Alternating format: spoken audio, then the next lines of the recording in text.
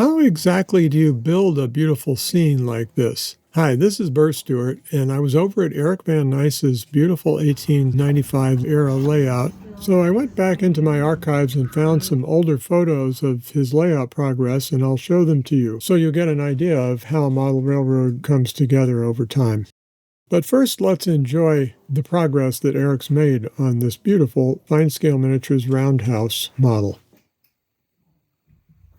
This two-stall engine house is just the right size to tuck in between his mainline track and the hillside in the back there. And you can see he's put a windmill for hauling water up out of the desert to fill the locomotives with, and he's started to put in some really nice details on this roundhouse structure.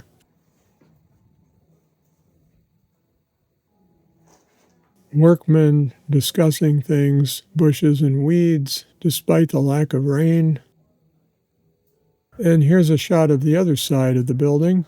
There's some windows. Of course, they like to have windows in roundhouses so that there'd be nice and light working conditions inside, at least during the daytime. And they had the skylights on the roof, too. Eric scratch-built that roof tar paper arrangement that he has there.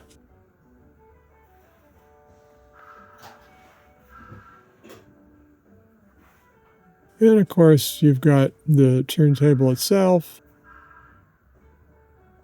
and Mark Twain up on the hillside overlooking the scene. Eric is a big Mark Twain fan.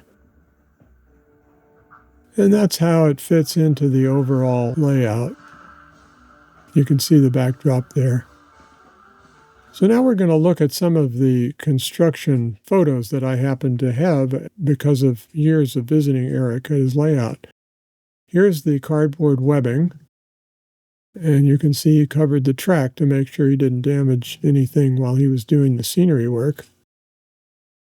And this also shows the use of the open grid benchwork so that he has some room for a big valley below his trestle in the foreground scene there. Now in this shot, he's covered the whole thing up with plaster, as you can see. And again, notice how he's protecting the track with tape. This also shows you how he uses latex molds to apply the rock to the bare plaster. And he pours in the liquid plaster and then holds it up on the plaster wall until it sets, which only takes a few minutes. Now in this later shot, you see he's painted the plaster with an earth color, and he's stained his rock castings as well. Here's another nice overview shot of this peninsula at this time frame. Wonderful trestle, and of course you've seen that in later shots built up. And of course he's added trees and stumps and water flowing over the fascia. Well, what's a video without moving trains, right? Here's one of the turn-of-the-century 1895 type engines pulling a couple of freight cars across this scene before he got it completed. There's that flowing stream again. And here's the turntable before he got the roundhouse built. And you can see that nice portrait of Mark Twain on the cliff there. This is a good scan of some of his rock work. It's nice to have slightly different colors of rock sometimes. If you explore real-world scenery, you'll see that happens. And I wanted you to take a look at this little corner where he had the edge of the finished scenery with the unbuilt layout. He kept those cardboard pieces visible so that he could show visitors how he makes his scenery. I was hoping he would keep that feature, but when he finished the scenery around the roundhouse, he went ahead and turned that into another rock cliff. Maybe he'll put some more weeds on that in the future. So one other thing, I just wanted to show you the roof was removable, and he hasn't put the interior details in yet, but there's time. And it's got a nice smoke jack and some windows there on the top, rust streaks.